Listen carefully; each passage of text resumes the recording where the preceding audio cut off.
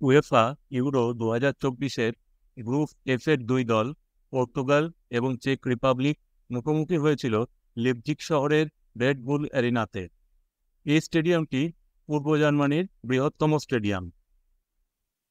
এই ম্যাচে পর্তুগাল 2-1 গোলে চেক রিপাবলিককে পরাজিত করল। পর্তুগাল জিতলেও আজকের ম্যাচে বেশিরভাগ সময় দুর্দান্ত ডিফেন্স করল চেক রিপাবলিক। শুধুমাত্র যে দুটি গোল তারা কনসিড করল সেখানে ডিফেন্সের কিছুটা ভুল ছিল।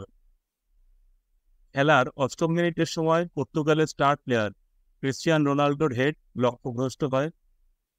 খেলার 12 মিনিটের সময় পর্তুগালের রাফায়েল লিও বাঁ দিক থেকে দ্রুত গতিতে পেনাল্টি বক্সে চলে আসেন এবং তিনি মাইনাস করেন, কিন্তু চেক রিপাবলিকের ডিফেন্স সেই বল ক্লিয়ার করে দেয়। 22 মিনিটের সময় পর্তুগালের রুবেন ডিয়াসের শট ব্লক করে দেয় চেক রিপাবলিকের পাভেল সাল।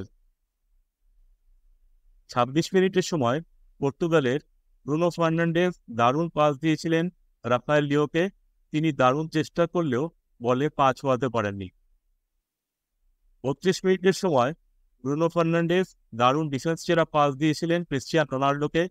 ক্রিস্টিয়ানো রোনাল্ডোর শট সেভ করেন চেক রিপাবলিকের গোলকিপার জেন্দ্রিক স্ট্যানিক। ফিরতি বলে ভিতিনার শট তিনি তালুবন্দি করেন। 33 মিনিটের সময় ক্রিস্টিয়ানো রোনাল্ডো দারুণ পাস দিয়েছিলেন ভিতিনাকে, কিন্তু চেক রিপাবলিকের ডিফেন্স সজাগ ছিল। প্রথমার্ধে একদম শেষ দিকে ক্রিস্টিয়ানো রোনাল্ডো একটি দারুণ টার্ন করে শট নিয়েছিলেন, কিন্তু তার শট সেভ করে দেন চেক রিপাবলিকের গোলকিপার জেন্দ্রিক স্ট্যানিক। প্রথমার্ধের শেষে খেলার ফল ছিল 0-0। 55 মিনিটের সময় পর্তুগালের রুবেন ডিয়াসের সেন্টারে ক্রিস্টিয়ানো রোনাল্ডোর হেড চেক রিপাবলিকের ডিফেন্ডারের মাথায় লেগে বারের উপর দিয়ে চলে যায়। 58 মিনিটে ফ্রিকিক নেন ক্রিস্টিয়ানো রোনাল্ডো, তার ফ্রিকিকটি সেভ করে দেন জেন্দ্রিক স্ট্যানিক। 62 মিনিটের সময় পেনাল্টি বক্সের বাইরের থেকে দূরপাল্লার জোরালো শটে দর্শনীয় গোল করেন চেক রিপাবলিকের লুকাস প্রবোত। 69 মিনিটের সময় গোল শোধ করে পর্তুগাল। নুনো মেন্ডেজের হেড জেন্দ্রিক স্ট্যানিক সেভ করলেও বল দুর্ভাগ্যজনকভাবে চেক রিপাবলিকের ডিফেন্ডার রবিন হানাকের পায়ে লেগে গোলে চলে যায়।